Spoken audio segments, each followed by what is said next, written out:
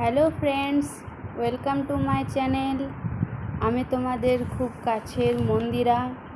তো চলো শুরু করি।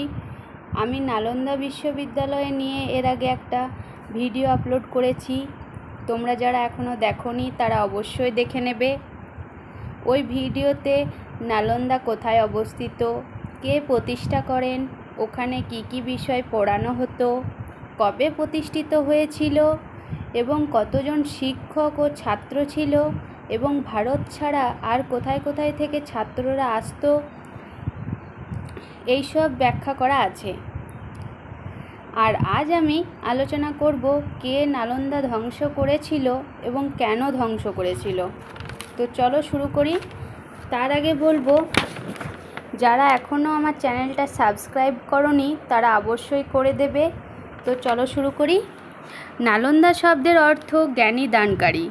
প্রথম অবস্থায় নালন্দা ছিল একটি বৌদ্ধবিহার, বৌদ্ধ ধর্মচর্চার কেন্দ্র।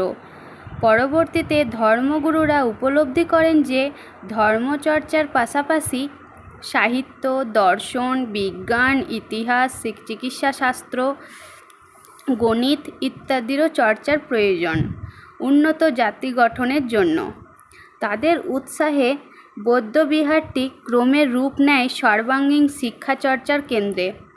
সম্রাট হর্ষবর্ধন ও বাংলার পাল সম্রাট গণপৃষ্ঠপোষকতায় করে বিশ্ববিদ্যালয়টি খ্যাতির চূড়ান্ত শিখরে নিয়ে যান।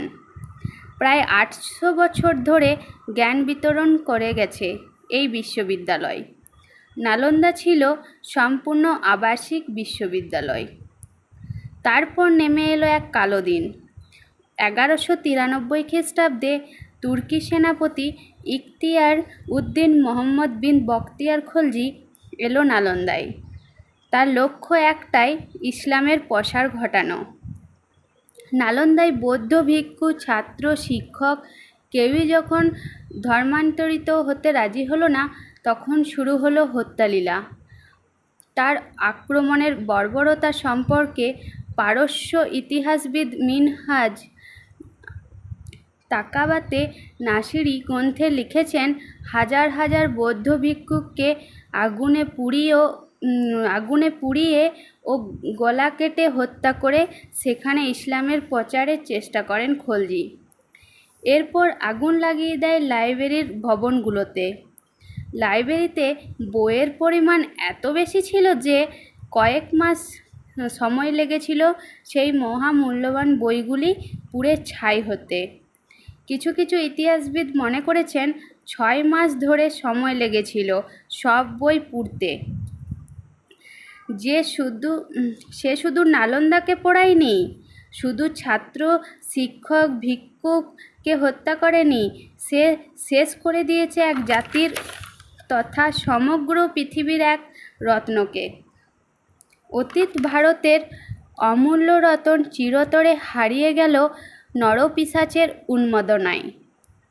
তারপর খিলজি এলো সোনার বাংলায়, যার ফলশ্রুতি আজকের মৌলবাদী বাংলাদেশ। সে এক অনন্য কলঙ্কময় অধ্যায়। ভারত আজও বহন করে চলেছে বর্বরদের চিহ্ন। কোনো সভ্য দেশে যা চিন্তাই করা যায় না। সংলগ্ন রেলওয়ে স্টেশনের নাম বখতিয়ারপুর। এই চিহ্ন সমূলে উপড়ে ফেলে সেখানে চায় বাঙালির গর্ব আচার্য শীলভদ্রের নামে স্টেশন। এই ছোট্ট ছোট্ট তথ্য তুলে ধরার চেষ্টা করলাম কিভাবে ধ্বংস করা হয়েছিল নালন্দাকে।